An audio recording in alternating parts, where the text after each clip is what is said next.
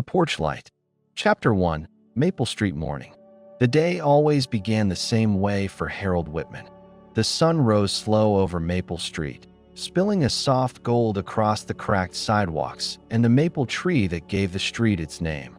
Harold shuffled out onto his porch, balancing his chipped white mug in one hand and the morning paper under his arm.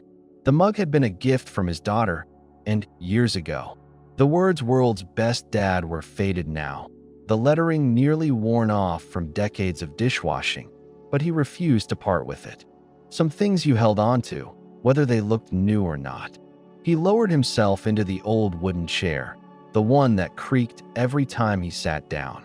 He'd meant to fix it with some glue and a clamp, but truth be told, he rather liked the sound. It was the sound of continuity, of a porch that had weathered storms and snowfalls, trick-or-treaters and 4th of July parades. From across the street came the rustle of sparrows in Mrs. Klein's maple tree. They were chattering already, wings flicking in and out of the leaves. Mrs. Klein herself appeared a few minutes later, bent slightly with age, but still spry enough to sweep her porch steps. "Morning, Harold," she called, her voice as bright as the sparrows. "Morning, Betty," Harold replied, lifting his mug. "Got your army working overtime in that tree." She laughed, shaking her broom at the branches. "They've got more energy than I do." Harold smiled, settling back. He took the first sip of coffee, hot and bitter, just the way he liked it. He had never taken to fancy coffee shops with names like cappuccino or latte. For Harold, coffee was coffee, and mornings were for keeping things simple. 10 minutes later, right on schedule, Jim Carter appeared at the end of the sidewalk. He was Harold's neighbor and longtime fishing partner, widowed now for almost a decade. Jim was a tall man, though stooped these days, with a belly that had once been flat in his Navy years, but now rounded comfortably under his flannel shirt. He carried the town's only surviving morning paper, tucked under his arm. Paper's thinner every year. Jim grumbled as he climbed the steps and lowered himself into the chair beside Harold. "Pretty soon they'll just mail us the headlines on a postcard. Maybe that'd save you the trouble of walking down the block," Harold teased. "Walking down the block's the best part. Gives me an excuse to tell Martha's Roses good morning." Jim nodded toward the neighbor's yard. "Can't let the poor woman think I've forgotten her." Harold chuckled. Jim mentioned his late wife at least once a day, sometimes twice. But the way he did it, softly, with affection, never made it sound like sorrow. It was more like he carried Martha with him, a partner still present in his daily rounds. They sat for a while in companionable silence, watching the street come to life. A jogger passed by, headphones in, barely nodding at the two old men on the porch. Harold shook his head. "Never understood running for fun," he muttered. "You did plenty of it in the army, if I recall," Jim said. "That was different. That was to keep from getting yelled at." Jim barked a laugh, slapping the paper against his knee. "Fair enough." The conversation wandered the way it always did.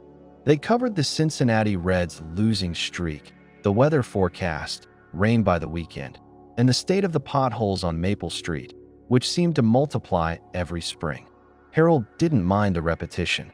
Repetition had a kind of comfort to it, like rereading a well-loved book. But that morning, Jim asked something different. "You ever think about moving, Harold?" Harold turned his head. "Moving? From here?" Jim nodded. "Sure. Down to those condos by the lake. They've got an indoor pool, exercise classes, a whole mess of things to keep you busy. I went to visit my cousin there last month. Seemed nice enough." Harold snorted. "Condos? I've got my own exercise class right here." He patted the porch rail. "Every time I lean down to tie my shoes, I call it yoga." Jim grinned. "Suit yourself. Just thought I'd ask. Some folks find it hard, rattling around in the old house." Harold's eyes drifted to the front windows, curtains drawn back just enough to see the empty living room. He thought of Susan, of the way she used to hum in the kitchen while the coffee percolated. He thought of evenings when the porch had been full of voices, his children's, his wife's, even the neighbor kids who liked to cut across the lawn. Now it was quiet. Not bad quiet, not lonely every hour, but a kind of hush that had settled in after Susan's passing. "I've got all I need here," Harold said at last. "Besides, who'd keep an eye on the squirrels if I left?" Jim chuckled. "You and those squirrels. Someone's got to keep them honest." The conversation drifted again, but the question lingered in Harold's mind long after Jim headed home for breakfast. Moving? Condos? Leaving Maple Street? He shook his head. No, not yet. Not while the porch lights still burned and the sparrows still fussed in the maple tree. As he rose to refill his coffee, Harold glanced at the upstairs windows. The attic was up there, stuffed with boxes he hadn't opened in years. He'd been telling himself for months he ought to clear it out, make some order of it before the kids had to. Maybe he'd do that this afternoon, he thought. No rush, of course, but there was something about the way Jim had asked, about the mention of old houses and empty rooms, that nudged him. And though he couldn't know it yet, the attic was waiting with a letter that would stir up memories he had tucked away for over 50 years. Chapter 2. The County Fair, 1969. The smell came first, sweet kettle corn mixed with sawdust and the tang of fried onions. Then the sounds, the shrieks of children spinning on the tilt-a-whirl, the crack of the announcer's voice from the grandstand, and the faint twang of a guitar drifting across the midway. Harold could remember it as if he'd stepped through a doorway in time. The summer of 1969 and the fairgrounds just outside town had lit up the night sky like a carnival of possibilities. He was 21, tall and lean from weeks of army training, his hair cropped shorter than he liked, his hands still carrying the faint smell of gun oil from drills. His uniform had been left at home. Tonight he wore a plain white shirt rolled at the sleeves and jeans that his mother had pressed flat, as if she could iron away the restlessness in him. It was his last summer before deployment. The future stretched ahead, uncertain and heavy. He'd come to the fair to forget about it for a while, to eat too much, maybe win a prize at the ring toss if luck was kind. That was when he saw her, Clara Miller. She stood by the booth where glass rings clinked against milk bottles, her laughter rising above the noise of the crowd. She wasn't alone. His kid sister Mary was there with her, both of them leaning over the counter, teasing each other about whose toss was straighter. Clara's hair was pulled back, but little curls had slipped free and framed her face. The fairground lights gave her skin a glow that made Harold stop in his tracks. She wasn't the kind of beauty you saw in magazines. She was the kind that felt alive, like you'd miss something important if you looked away. Mary spotted him first. "Hey, Harold," she called, waving wildly. "Come help us." Clara's about to throw her arm out. Clara turned then, smiling in a way that sent a jolt straight through him. "Your sister tells me you've got better aim than she does." "Well," Harold said, forcing his legs to move closer, "my sister isn't exactly hard competition." Mary made a face. "I'll remember that when Mom asks who burned the bacon last week." Clara laughed, and Harold felt the sound settle into his chest. He paid the man at the booth for a round and took his place at the line. His first ring bounced off uselessly. Clara leaned in, her perfume faint and floral. "No pressure, soldier boy." The second ring clinked once, twice, then settled squarely around a bottleneck. The booth operator handed him a cheap stuffed bear with one ear stitched crooked. Harold turned and offered it to Clara. "For you," he said, grinning. She held up her hands. "Oh no, you want it. You keep it." "I don't need it," Harold said. "But you might. He'll keep you company when Mary ditches you for the Ferris wheel." Clara laughed again and accepted the bear, hugging it against her. "All right then. Thank you, Mr. Whitman." From there, the evening stretched out like a ribbon. They walked the midway together, Mary darting in and out of rides until finally running off with another group of friends. That left Harold and Clara alone, drifting from booth to booth, sharing a caramel apple, then splitting an elephant ear dusted with sugar. They talked about her nursing classes at the community college, about his upcoming orders, about books they'd both read, Steinbeck for him, Austen for her. They even argued, gently, about music.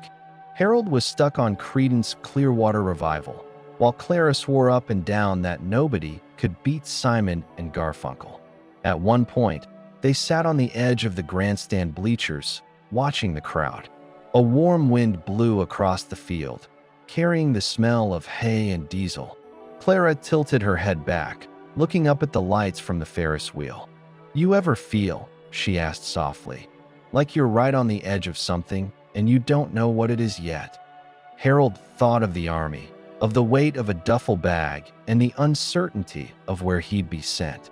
But with her sitting there, hair catching the fairground glow, he felt like he was standing on the edge of a different kind of horizon. "Yeah," he said quietly, "all the time. They didn't kiss that night." Harold wasn't that bold, and Clara wasn't that forward. But when he walked her to her father's truck and she smiled at him across the hood, Harold felt certain of one thing. This was the beginning. Later, when he lay in bed, the stuffed bear propped against his dresser, he couldn't stop replaying her laugh, the way her hand had brushed his when she passed him the caramel apple. For the first time in months, the thought of what lay ahead didn't scare him. It filled him with hope. Chapter 3: The Goodbye. Autumn in Ohio had a way of sneaking up on you. One week the air still carried the lazy weight of summer, and the next it was crisp and sharp, filled with the scent of wood smoke and leaves burning in backyards. Harold remembered that fall of 1969 more vividly than most. He was waiting for deployment orders, trying to keep busy with odd jobs around town. Some days he helped his father patch the barn roof. Other days he mowed lawns for neighbors or lent a hand at the hardware store where his high school buddy worked. But his thoughts kept drifting to Clara.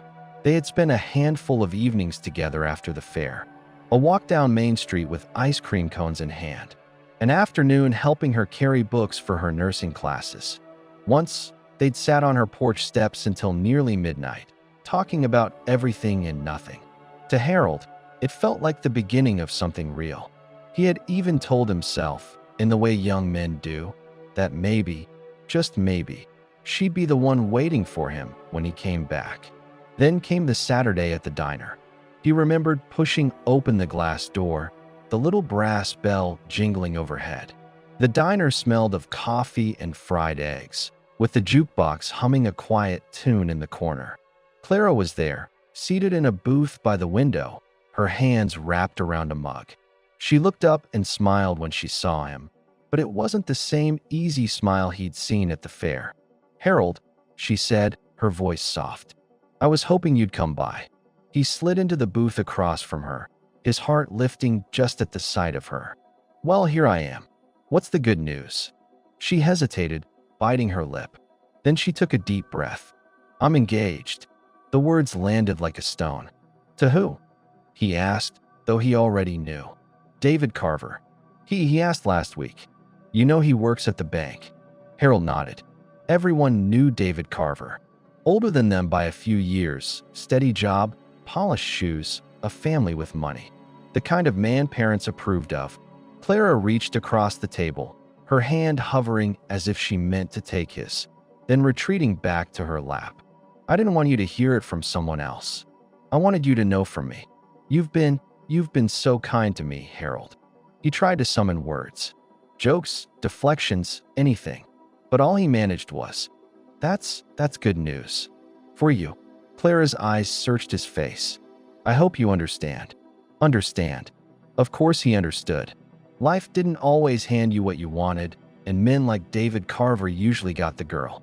Harold knew that. Still, the knowledge burned like a fresh blister. He swallowed hard, forced a smile that didn't quite reach his eyes. "Sure, Clara. I understand."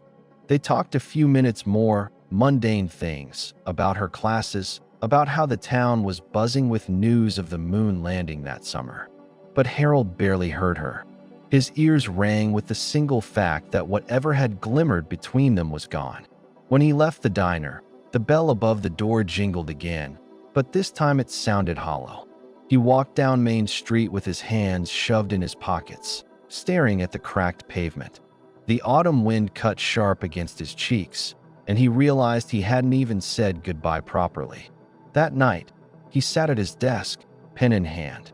He wrote a letter, careful, deliberate, telling Clara what she meant to him, how her laugh had given him hope in a restless summer, how he'd thought of her as something to hold on to in the dark days ahead. He didn't write to change her mind. He just wanted her to know. But when he finished, he stared at the envelope for a long time. His stomach tightened. Sending it felt like exposing something too raw, too vulnerable. And so he placed the letter in a shoebox, unsent, tucked beneath other keepsakes. A week later, his deployment orders came. Texas first, then farther if duty called. Harold packed his duffel bag, folded his uniform with care, and carried the unsent letter with him, hidden away like a wound no one could see. When he boarded the bus, the town faded behind him. His father's farm, the high school football field, the county fairgrounds. And somewhere in that patchwork of memory, Clara's smile lingered, brighter than it had any right to be. It was the first time Harold learned that sometimes love wasn't about what you held on to. Sometimes it was about what you had to let slip through your fingers. Chapter 4, Soldier Days. Fort Hood, Texas, was a world away from Maple Street. The air was hotter, drier, and seemed to press down on a man until he could barely breathe. The dust clung to boots, uniforms, even the back of Harold's throat. He used to joke that the whole place smelled like a mixture of sweat and machine oil, and nobody ever argued. Harold was no stranger to work. Farm chores and long days of hauling hay had given him a steady back and strong hands. But Army life demanded more than muscle. It demanded endurance. Up at dawn, push-ups in the dirt, miles of running with packs that seemed heavier each week, endless drills until his legs burned and his mind blurred. Still, there was a rhythm to it, and in time he found comfort in the order. You didn't have to wonder what came next. The bugle told you. The sergeant barked it. The schedule never wavered. And maybe that was easier than the uncertainty he'd left behind. At night, though, when the lights went out and the barracks fell quiet, his thoughts wandered. Sometimes they wandered home, to his mother's kitchen, to the crack of a baseball game on the radio, to the smell of autumn leaves. And sometimes they wandered to Clara. He saw her face in memory, laughing at the county fair, her hair catching the glow of Ferris wheel lights. Other times, he thought of the diner, of her quiet voice telling him she was engaged. Both memories followed him, shadow and light, across the long Texas days. It was during one of those stretches of night that he met Private Tom Shorty Malloy. Shorty wasn't short at all. He was lanky and long-limbed, from a small town in Iowa, with ears that stuck out like a pair of open doors. But the nickname had stuck, and Shorty carried it without complaint. "You married?" Shorty asked one evening, lying on the bunk across from Harold. "Was," Harold said, then caught himself. "I mean, no, not yet." Shorty grinned. "Lucky you. My girl back home says she's waiting, but I don't know. She's got that look in her letters like she's already moved on." Harold chuckled softly. "You can tell that from a letter?" "Buddy," Shorty said, wagging a finger, "you can tell everything from a letter. The way she uses her periods, the way she signs her name. Trust me, she's halfway out the door." Harold didn't admit he had a letter of his own, one he'd written, not received. The thought of telling Shorty about Clara felt too raw, too private. Instead, he shrugged. "Then you better write her one that keeps her in the house." Shorty laughed, a bright sound that echoed off the barracks wall. "Maybe I'll just let her go. Save us both the trouble." But Harold could see the hurt in his eyes. They all had hurts, hidden in pockets and notebooks, tucked under their pillows. Some were about girls, some about families, some about fears none of them could quite name. Training rolled into months. There were nights when Harold and Shorty sneaked down to the mess hall kitchen, bribing the cook for an extra slice of pie. There were mornings when they cursed the sergeants under their breath, then laughed until their sides hurt. And there were days when the weight of it all, the war on the horizon, the uncertainty of where they'd be sent, pressed heavy on their shoulders. On those days, Harold reached for memory.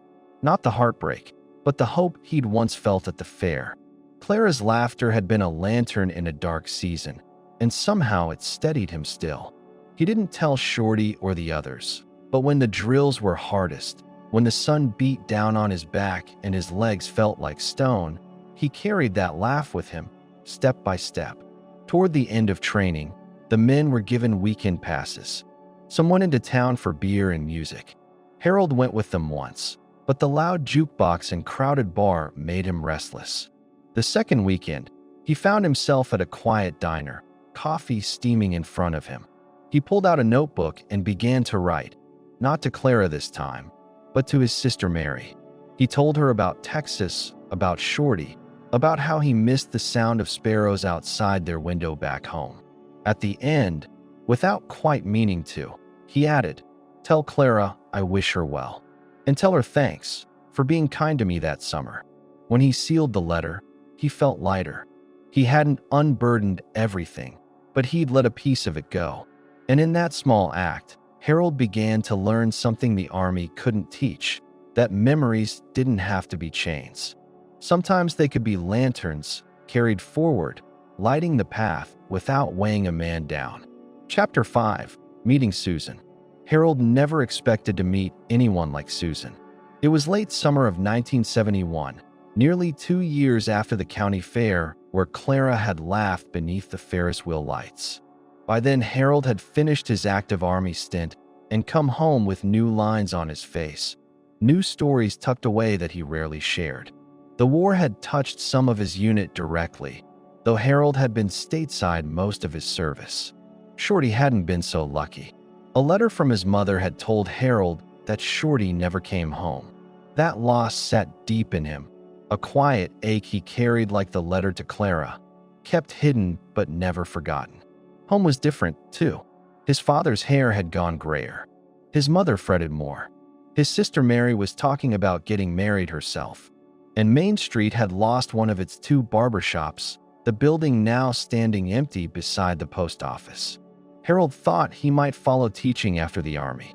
He'd always liked history, and with the GI Bill there was a chance to go back to school. But first, he needed work, something steady. That's how he ended up at the county high school one September afternoon, filling out an application for a custodian's position while he considered night classes. That's also how he first saw Susan. She was leaning over a stack of papers in the office, dark hair pinned neatly, glasses perched low on her nose. She had the look of someone who had too much to do and not enough time to do it. When she glanced up at him, her expression was all business. "You're here about the job?" she asked. Harold nodded, clutching the application. "Yes, ma'am." Harold Whitman. Her brow softened slightly. "Susan Davis. I teach English here. You'll want to see Mrs. Leland in the back." He thanked her, turned to go, but she stopped him with a question that caught him off guard. "You're Mary Whitman's brother, aren't you?" "I am," Harold said. "You know Mary?" Susan smiled faintly. "We sang in choir together. She told me you were off in the service. Said you had a way of sneaking pie when your mother wasn't looking." Harold laughed, the first real laugh he'd had in days. "Guilty. Though in my defense, the pie was worth it." That was the beginning. Over the weeks, Harold kept crossing paths with Susan. In the hallways, in the cafeteria, once when he helped her carry boxes of novels to her classroom. She had a dry wit, sharper than he expected. When he teased her about her heavy reading lists, Shakespeare, Hawthorne, Emerson, she shot back, better than filling young heads with battle dates. He grinned. "History teaches us how we got here, and English teaches us what to do with it once we're here," she replied. It was the sort of exchange that stayed with him.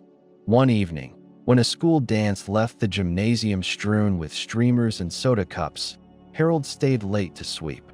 Susan lingered, too, gathering decorations into a box. "You don't have to do all that," Harold said, pushing the broom across the floor. "Neither do you," she answered, but she kept at it. By the time the gym was clean, the night was dark, and they walked out together under a sky full of stars. Harold surprised himself by asking if she'd like to get coffee sometime. She surprised him by saying yes. Their first date wasn't grand, just 2 mugs of coffee at the same diner where Clara had once broken his heart. Harold realized it halfway through the evening, and for a brief moment the memory threatened to sour the night. But then Susan started telling him about her students, how one had written an essay about the Odyssey, but kept calling Odysseus that travelin' fella. Harold laughed so hard he nearly spilled his coffee. Susan leaned back, smiling, eyes bright behind her glasses. See, even old stories can be new again if you look at them right. Something shifted in Harold then. Clara's memory had been like a spark, bright, quick, impossible to forget. But Susan was different. She was steady, grounded. She didn't set his heart racing in a storm of fireworks. Instead, she calmed him, like a fire banked for warmth on a winter night. When he walked her to her car, he felt no need to rush, no fear of losing her. He only hoped she'd let him see her again. And she did, again and again. By the spring of 1973, they were married in the small Methodist church on Main Street. Harold's Army uniform hung in the closet, replaced by a pressed suit and the responsibilities of a new husband. Susan moved into the Whitman house, filling it with her books and her laughter. On their wedding night, Harold tucked the unsent letter to Clara deeper into its shoebox, sliding it beneath a stack of papers and photographs. He didn't throw it away, he never would, but he knew his life was moving forward now. Clara had been a first chapter. Susan was the story itself. Chapter 6, The Shoebox in the Attic. The attic smelled the way attics always did, of dust, cedar, and the faint, sweet must of paper that had been folded and forgotten. Harold squinted in the dim light, tugging the cord of the single hanging bulb. A soft glow spread over the boxes stacked like miniature city blocks, each labeled in Susan's neat handwriting. Christmas lights, school papers, baby clothes. Dad, you sure you want to do this now? Mary called from the bottom of the stairs. She had come to help sort through things, now that Harold had decided to downsize a little. Better now than never, Harold answered, though his knees popped as he shifted another box. Somewhere under old books and winter coats, he found the shoebox. It wasn't labeled, and it wasn't Susan's careful script that greeted him, but his own blocky handwriting. Keepsakes.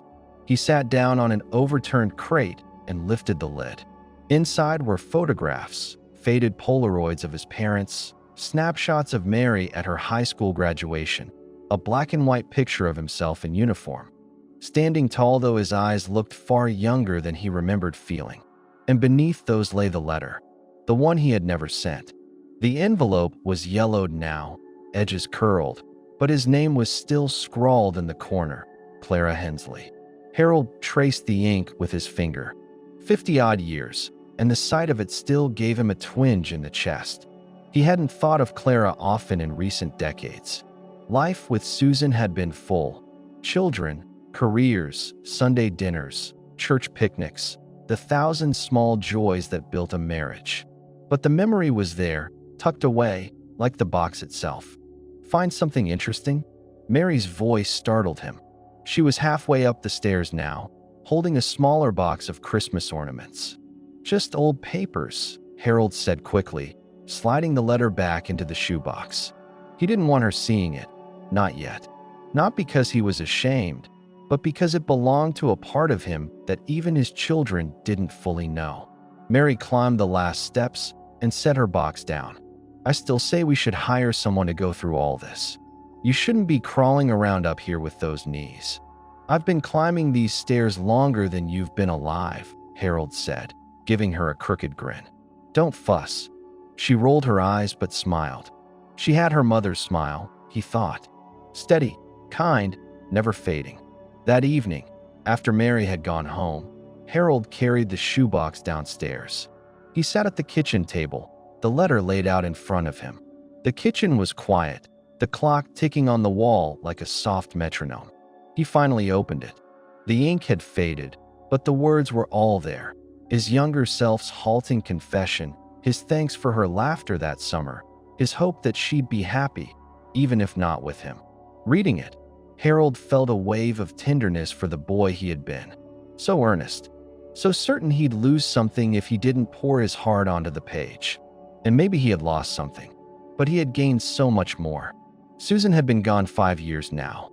Cancer had taken her slowly, in a way that left Harold both grateful for every moment and aching for more. In the quiet nights since, he often asked himself what to do with the time left to him. Holding the letter, he wondered if maybe it was time to let go of old ghosts, or perhaps, finally, to lay them to rest properly. He placed the paper back in the envelope, but instead of tucking it away, he set it beside the telephone. A thought had taken root.